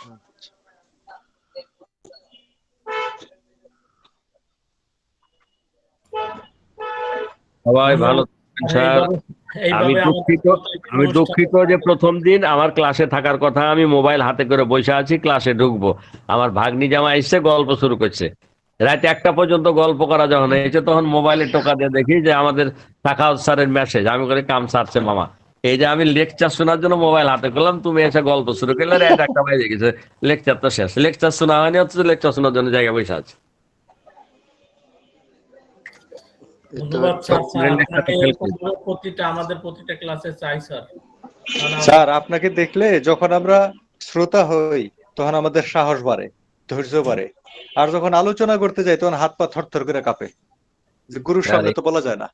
কি রাতের বেলা মাছ দিলেন? না স্যার, কেন? স্যার আপনি আসলে ক্লাসের আকর্ষণটা আরো বেড়ে গেল স্যার। স্যার একটা জিনিস, একজন মনীষী বলছে, আধা ঘন্টা লেট করছি, নাহলে ঘুমাই যেতাম। স্যার একজন মনীষী বলছে স্যার, যে অ্যাকচুয়ালি যার মধ্যে শুধুমাত্র নাকভ্রমের লক্ষণ, কোনো মানুষের মধ্যে যদি অনলি নাকভ্রমের লক্ষণ থাকে আর অন্য কোনো ওষুধের লক্ষণের সংমিশ্রণ না থাকে, বা তার অনুপূরকে অন্য ওষুধ না আসে, তাহলে এরা কিন্তু সৎ প্রকৃতির মানুষ হয়, ভীষণ পরোপকারী হয়। আর যার মধ্যে নাকসের লক্ষণ থাকে সে মিথ্যা বলতে চায় না, ঠকানো পছন্দ করে না। কিন্তু কিন্তু যে রোগীর মধ্যে সালফার, লাইকো ও নাক্সের মিশ্রিত লক্ষণ থাকে, সে ঘুরিয়ে ফিরিয়ে মিথ্যা কথা বলে, মানুষকে ঠকাতে দ্বিধা বোধ করে না। যার মধ্যে নাক্স ও টিউবারকুলি নামের লক্ষণের সংমিশ্রণ থাকে, অর্থাৎ নাক্সভ্রমের অনুপূরক লক্ষণে টিউবারকুলি নাম আসে, সেই সমস্ত মানুষেরা অত্যন্ত নীতিবান এবং বিশিষ্ট ব্যক্তিত্ব সম্পন্ন ব্যক্তি হয়। আবারও খেয়াল করতে হবে তরুণ বন্ধুরা, যে মানুষটা শুধুমাত্র নাকসভমের লক্ষণ বহন করে, যার মধ্যে শুধুমাত্র নাকসের লক্ষণ, তারা খুব সৎ প্রকৃতির পরোপকারী হয়। এরা কাউকে ঠকাতে চায় না, মিথ্যা বলতে চায় না। কিন্তু রাইট। যে মানুষের মধ্যে সালফার, লাইকো, নাক্সের মিশ্রিত লক্ষণ থাকে, তারা ঘুরিয়ে ফিরিয়ে মিথ্যা কথা বলে, মানুষকে ঠকাতে দ্বিধা করে না। আর যে মানুষের মধ্যে নাক্স এবং টিবারকুলি নামের লক্ষণ মিশ্রণ থাকে, সেই মানুষটি খুব বিশিষ্ট ব্যক্তি হয়, নীতিবান ব্যক্তি হয়। তা আমরা বেশিরভাগ ক্ষেত্রে নাক্সের মধ্যে অন্য মানুষের অন্য ওষুধের চিত্র পাই, যে কারণে নাক্সকে অনেক সময় আমরা ওই বাটপার, খারাপ এরকম এরকম মনে করি। এটি শুধুমাত্র পাওয়া যায় ডাক্তার আব্দুস সামাদের হোমিওপ্যাথ পারাবারে। তিনি কিন্তু খুব পণ্ডিত মানুষ। আজ থেকে প্রায় 120 বছর আগে ইংল্যান্ডের রয়্যাল হসপিটালে গিয়ে লেখাপড়া করেছিলেন। আজ থেকে 120 বছর আগে মানুষ এমবিবিএস কিংবা ব্যারিস্টারি পড়তে ইংল্যান্ড যাওয়ার চিন্তা করতো, খুবই হাতে গোনা। তাহলে উনি কত উচ্চ শিক্ষিত মানুষ, কত উঁচু ধারণার মানুষ। আর 120 বছর আগে হোমিওপ্যাথিকে উনি বুঝছে, আর তার ফ্যামিলির স্ট্যাটাস কি, 120 বছর আগে ইংল্যান্ড গেছে হোমিওপ্যাথি পড়তে।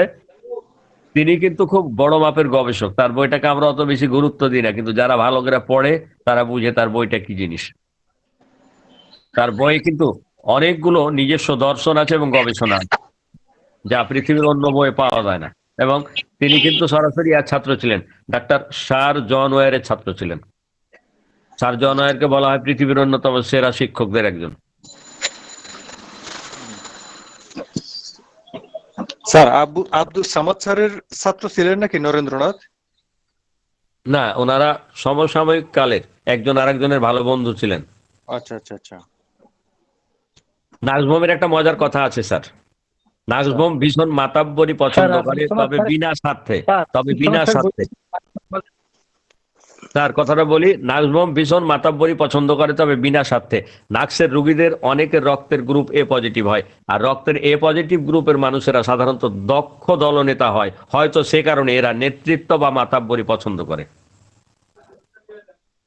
আচ্ছা স্যার আব্দুল সামাদ স্যার কি বইটা মার্কেটে পাওয়া যায় এখন? Available, available. পাওয়া যায়। মহারাজ মনির ভাইয়ের কাছে পাবেন, অ্যাভেলেবেল আছে মহারাজ মনির ভাইয়ের কাছে। অসাধারণ বই। তার স্যার, বইয়ে যে কি পাণ্ডিত্য আছে, আমি বলি আপনাকে একটা ধারণা দিয়ে দিই। আমাদের বাংলাদেশি একজন doctor, doctor Abu Bakr sir, যিনি রাজশাহী মেডিকেল কলেজের অধ্যাপক ছিলেন, ওনার 6 খণ্ড বই আছে অভিজ্ঞান মেট্রেমেডিকা। এত বিশাল মেট্রেমেডিকা আর পৃথিবীর এমন কোনো লেখক নাই যার মানে রেফারেন্স তার বইয়ে নাই। উনি উনি 10 সাবজেক্টে মেডেল পেয়েছিলেন, 10 সাবজেক্টে ভালো রেজাল্টের জন্য মেডেল পেয়েছিলেন, সেই সাথে সোনার মেডেলও পেয়েছিলেন। অর্থাৎ উনি 11টা মেডেল পেয়েছিলেন। ওনার জন্ম ইন্ডিয়ায়, লেখাপড়া ইন্ডিয়ায়, কিন্তু ওনার সারাটা জীবন প্র্যাকটিস বাংলাদেশের রাজশাহীতে। উনি উনি পৃথিবীর কোন লেখক কেমন ওনার বইতে পাওয়া যায় ধারণা। উনি বলছেন যে এই নরেন্দ্রনাথের ওষুধ পরিচয়, আব্দুস সামাদের এই বইটি, এরকম যতগুলা বাংলা ভাষায় বই আছে, উনি তার মধ্যে আব্দুস সামাদের বইকে সবার উপরে রাখছেন। নরেন্দ্রনাথের চেয়েও অনেক উপরে রাখছে। এবং তিনি নিজে কিন্তু বড় মাপের পণ্ডিত ছিলেন। তিনি বলছেন যে নরেন্দ্রনাথের বইটিও ভালো, কিন্তু তার চেয়ে অনেক বেশি ভালো হলো এটি আব্দুস সামাদের বইটা। স্যার আসসালামু আলাইকুম। স্যার আপনি স্যার প্লিজ জি স্যার। আপনি স্যার আব্দুস সামাদের বইটার নামটা কি হবে স্যার? সেই না হোমিওপ্যাথিক পারাবার, হোমিওপ্যাথিক পারাবার, হোমিওপ্যাথিক পারাপার। পারাবার। পারাবার। জি স্যার। আপনি আব্দুস সামাদের পারাপার কইলেও আপনাকে ওইটাই দিবে, পারাবার কইলেও ওইটা দিবে, সমস্যা নাই। মানে ও অতটুকু কইতে পারলেই হয়েছে। আব্দুল স্যার, সামাদ বললেই হবে। স্যার এই বইটা কলকাতায় পাওয়া যাবে? কলকাতা আছে না? কলকাতা না, এটা আপনার ঢাকায় নীল খেতে পাবেন। ও, ঢাকায় নীলক্ষেতে, কলকাতা হবে না। আপনার মনির- চেম্বার আমার চেম্বারের পাশে হলে সকালবেলা আমি দিতে পারতাম। ওই মহারাজ মনির ভাই এটা মহারাজ মনিরকে ফোন দিবেন, মহারাজ মনিরকে ফোন দিবেন, অথবা রাসেল নিপুণকে, যেটা আপনার কাছে হয় তাকে ফোন দিবেন। আচ্ছা, আমাদের মহারাজই বোধহয় বেশি কাছে আছে। জি স্যার। সবার মেসেজ ফাইন বুকেও পাবেন, নীলক্ষেতে ফাইন বুকেও পাবেন, আচ্ছা, ফার্ম গেটেও পাওয়া যায়। আচ্ছা।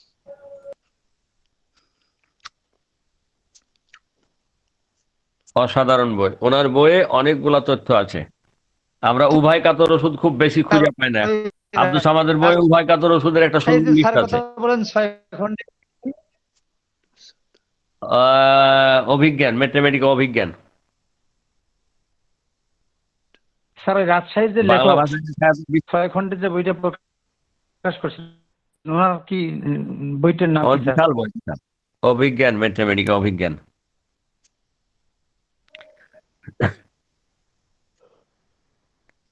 অভিজ্ঞান, বইয়ের নাম অভিজ্ঞান।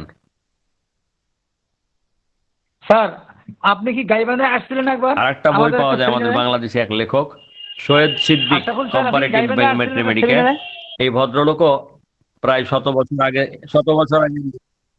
জি, কোথায়? আপনি তো হ্যাঁ, গাইবান্ধায় আমি একবার প্রধান আসছিলেন একটা আলোচক সেমিনারে? ছিলাম গাইবান্ধায়, জি। স্যার ছিলাম আপনার অনেক স্যারদের সাথে হ্যাঁ ছিলাম, ওটা হোমিওপ্যাথি কল্যাণ সোসাইটির আয়োজনে আমি প্রধান ছিলাম। আলোচক ছিলাম। মিউট অন করা স্যার, এই মিউট অন করা তাহলে কথাগুলো বোঝা যাচ্ছে না। সবাই মাইক অফ করেন, তাহলে কথা পরিষ্কার হবে। একজন কথা বলেন, উনি খালি অন রাখেন। হ্যাঁ, গাইবান্ধায় গেছিলাম তো, কল্যাণ সোসাইটির আয়োজনে। সালফার আলোচনা করছেন, সালফার। সম্ভবত স্যারকে আমরা পাবো।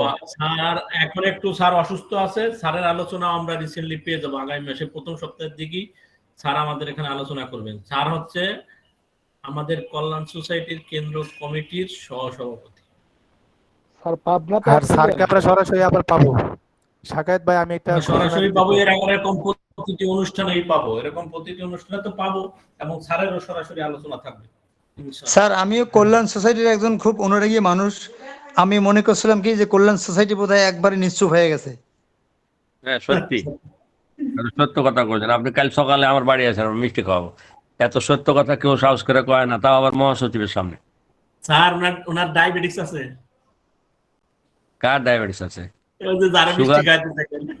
সুগার ফ্রি মিষ্টি খাওয়া স্যার, দরকার, লবণ দিয়ে মিষ্টি বানিয়ে সুগার খাওয়া। ফ্রি মিষ্টি বানায় খাওয়ায়েন, বাসায় নিয়ে খাওয়ায়েন, যা ইচ্ছা তা করেন। আপনি এই কথা সমর্থন করলেন কেন স্যার? আর সেদিনকে জুয়েল সাহেবকে কি খাওয়াইছেন আমরা কিন্তু সব দেখছি। মরা স্যার কল্যাণ সংগঠন সোসাইটি পরে কিন্তু সব বলে দিব। কল্যাণ সোসাইটির প্রাণ পুরুষ আমার শ্রদ্ধা স্যার ডাক্তার শারিফুল আলম, ওনার ইন্তেকালের পর আমার মনে হয় যে এই সংস্থাটি এখন মৃদু অবস্থায় পড়ে আছে আর কি। না আসলে স্যার আপনি সরাসরি যুক্ত থাকেন না, আপনি কল্যাণ সোসাইটির প্রাচীন একজন সদস্য। আপনার মুখে এই কথা মানায় না। আপনি প্রাচীন সদস্য হয়ে আপনি যদি কল্যাণ সোসাইটির কোনো অ্যাক্টিভিটিতে যুক্ত না থাকেন তাহলে তো এই কথা বলবেনই। আমরা ফেসবুক লাইভে আছি, গুগল এখন ফেসবুক লাইভে, এই যে গুগল মিটে, এই যে বিভিন্ন জায়গায় সভা সেমিনার হচ্ছে, আপনার গাইবান্ধায়ও ক্লাস হচ্ছে। আপনি এখন যদি যুক্ত না থাকেন তাহলে স্যার এই কথা বলবেনই। আপনাকে আমি জোর অনুরোধ করি আপনি আমাদের সাথে যুক্ত থাকেন, তাইলে দেখবেন যে কেমন ছটফট করছে কল্যাণ সোসাইটি। এবং আমাদের আগামী ডিসেম্বর 10 তারিখ সেমিনার আছে। এই শফিক স্যার, জি স্যার। এখন যদি আমরা আমাদের সদস্যদের ধরি, প্রত্যেকের কাছে দারুণ দারুণ যুক্তি আছে কেন জয়েন করে না, কেন নাই। দুই বন্ধু বসে গল্প করছে, তো এক বন্ধু আরেক বন্ধুকে বলছে, আচ্ছা দোস্ত, ইন্ডিয়ার এই যে বড় শহরটা মাদ্রাজ, এই নামটাই তো কত সুন্দর ছিল, শালা এটার নাম চেন্নাই রাখলো কেন নাম চেঞ্জ করে? করে গাধা রে, এটা জানিস না? কয় আমি কিভাবে জানবো? কয় চেন্নাইয়ের মানুষদের অর্থাৎ মাদ্রাজের মানুষদের হলো জাতীয় পোশাক হলো লুঙ্গি। কয় তো লুঙ্গি জাতীয় পোশাক, তার সাথে নাম পাল্টানোর সম্পর্ক কি? কয় এখানেই তো ঝামেলাটা বাঁধছে। কয় কি ঝামেলা? কয় এখানকার জাতীয় পোশাক হলো লুঙ্গি, আর লুঙ্গিতে তো কোনো চেন থাকে না, চেন নাই। তাই এরা চিন্তা করলো যেহেতু জাতীয় পোশাক লুঙ্গি আর লুঙ্গিতে চেন নাই, সুতরাং এর নাম হবে চেন্নাই। এরপরের থেকে নাম পাল্টে চেন্নাই রাখছে। এখন যদি সবাইকে প্রশ্ন করেন দেখবেন যে লুঙ্গিতে চেন্নাই, তাই মাদ্রাজ চেন্নাই হয়ে গেছে, এরকম উত্তর আসতে থাকবে। তো যাই হোক, বেচারা আমাদের ধরছে আমরা না ধরি। যাক স্যার, আপনার গল্প শুনে অনেক মজা পাইছি। স্যার অনেক ভালো লাগলো। স্যার পাবনা থেকে আসছেন কখনো? এই যে কয়েকদিন আগে ঈশ্বরদীতে সেমিনার করে আসলাম, ঈশ্বরদী মেডিকেল কলেজে। আমার 2 দিনের ছিল, 6 ঘন্টা ছিল আমার, অন্যদের ছিল 1 ঘন্টা করে। তা আমি একদিন আলোচনা করে পারলিছি, কারণ ওখানে যাই দেখি মাইন্ড মেথডের ঠেলাই, মানে সবই মাইন্ড মেথড, আমি খালি মাইন্ড মেথডের বাইরে। জি তা স্যার। আমি চিন্তা করলাম স্যার মায়ের আপনার ব্যথাটা আলোচনা কি শুনবো বাড়ি যাই। স্যার আপনার আলোচনাতে ছিলাম স্যার। রেডিও স্টেশন আছে আরো 40টা, তারপর অনলাইন চ্যানেল আছে সব মিলে 100। কিন্তু সবাই কিন্তু তাদের নিজস্ব কন্টেন্টস গুলো বা তাদের প্রোগ্রাম গুলো চালাচ্ছে। বাংলা ছায়াছবি বিকালবেলা একই টাইমে 5টা চ্যানেলে দেয়, কিন্তু সবাই কিন্তু ওই যার যে দর্শক, যার যেখানে আকর্ষণ, যার যেটা ভালো লাগে সে সেখানে যায়। এখন ফারুক হিসাব করে ওনার এখানে 250 জন স্টুডেন্ট হচ্ছে, মানে 250 জন ভিউয়ার হচ্ছে, বা আমাদের হচ্ছে না। আমাদের একটা লেকিংস আছে, কারণ হচ্ছে আমরা আকর্ষণ তৈরি করতে পারছি না। তাহলে আমরা এই টাইম জন্য চেঞ্জ করবো কেন? আমরা একই টাইমে করবো। এই জন্যই আমরা বলছি, মিটিং এটাই আমি করবো। বলছি যে আমরাও ওইভাবে তৈরি করি, আমাদের এখানেও 250 জন হোক, এবং আমরাকে ওই দিন ছুটি হ্যাঁ, রাখতে হবে জন্য। একই দিনে ক্লাস তাহলে দিয়ে দেখি না ওদের কয়জন হয় আমাদের কয়জন হয়। ওরা যদি বলে যে কল্যাণ সোসাইটির ক্লাস কালকে, আমাদের ক্লাসটা বন্ধ, এতটুকু যদি সহযোগিতা আমাদের সহমর্মিতা দেখায়, আমরাও বলবো যে ওদের ক্লাস আছে, আমরা ওই দিন বন্ধ রাখলাম। কিন্তু আমরা বলবো, তারা বলবে না, আমাদের লোকজন ওখানে ক্লাস করবে, ওদের লোকজন আমাদের এখানে একটাও আসবে না। তাহলে কেমন হলো? এটা তো হোমিওপ্যাথির ক্লাস, এটা তো কল্যাণ সোসাইটি আর ওই পরিষদের এভাবে ভাবলে হবে না। ওরা ভাবছে পরিষদ আর আমরা ভাবছি হোমিওপ্যাথি, তাহলে তো হবে না। আমরা 1.5 বছর যাবত অনলাইনে এই অ্যাক্টিভিটিস গুলো করতেছি। আর আমরা আমাদের দেখেছি ক্লাসটা যে আমাদের চলবে কল্যাণ কি, সোসাইটির থাকবে থাকবে সদস্যরা না, তো থাকেই এটা না। প্রয়োজন নেই আমাদের। আমাদের ক্লাসটার রেগুলার টাইম চলাই উত্তম। আর এরকম ঘটনাও ঘটাইছি, দর্পণের ক্লাস বন্ধ করে দিয়েছি ফারুক স্যারের ক্লাসের জন্য, দিয়ে ওখানে গোষ্ঠী সুদ্ধা চলে গেছি। কিন্তু দর্পণের ক্লাস যেদিন হচ্ছে ওই দিন আর দেখি না যে ওরা কেউ আসে। তাহলে আমরা যদি ওরকম করি, তারা কোথাও একটু সহযোগিতা দেখাতে হবে, সহমর্মিতা দেখাতে হবে। এই যে একটু আগে দর্পণের ক্লাস এখন চলতেছে, ওটা বন্ধ করে আবার এখানে ঢুকে গেছি। মাঝে আমার নেট চলে গেছিল। তার আকর্ষণটা কই? সবিকভাবে কথা বলতেছে, নাচ ভূমিকা না পড়েছি, বলি আমি, তারপরে আমি আসলাম কিন্তু হচ্ছে নাচ ভূমিকা শুনেছি। আর তারপরে একটা কিন্তু আমার জিনিস মনে হচ্ছে বলি, আজকে এই ব্যতিক্রম কিছু, সেটা দর্পণটা হচ্ছে একটা ক্লিয়ার। সময় ছিল, দর্পণটা একটা সময় ছিল অমরনাথ স্যার, আমি, সাগর আর আমাদের শাহিন মাহমুদ, আমরা 3-4 জনের বেশি কাউকে নেওয়ার নিয়ম ছিল না। আমরা নিজেরাই অনেক রাত পর্যন্ত বকর বকর করতাম। অমরনাথ স্যারের কথা, বেশি লোকালে ঝগড়ার রাস্তা তৈরি হয়, ঝগড়া তৈরি করবো না, আমি কাউকে নিবো না, আমরা 3-4 জনই। আমি এটাকে বাড়িয়ে এরকম করেছি, মেসেজ দিতে দিতে দিতে দেখা যাচ্ছে 100-150 করে মেসেজ দিয়ে দিতাম। তো 200 জনকে মেসেজ দিলে অন্তত 50 তো আসবে। তো এই করতে করতে এক সময় শুরু করলে 100 জন হয়ে যায়, শুরু করলে 100 জন হয়ে যায়। এটা এখন একটা স্ট্রং পজিশনে চলে গেছে। এই আজকে যে স্ট্রং পজিশনে নিয়ে গেছে, 100 জনের আসরে এটা পরিণত করছি, এটার কারিগর কিন্তু আমি। নমননাথ স্যারের বক্তব্য ছিল আমি এই 3-4 জনের বেশি নিব না। সাগরকে আমি বললাম, সাগর বলছে স্যারের রাজি না। আমি যে রাজি করার দায়িত্ব আমার। আর কিভাবে লোকজন নিয়ে আসতে হয় আমি দেখবো, তুমি খালি দিয়ে রাখো, লিঙ্কটা দাও। আইনে ফেলাইছে। আমার বক্তব্য হলো যে তখন আমাদের কল্যাণ সোসাইটি ঘুমিয়ে গেছিল, পরেরটা চালু করে ওটাকে নিজের বানিয়ে ফেলাইছি। তো নিজেরটা তো আমরা আরো পারি। জি স্যার, ইনশাআল্লাহ।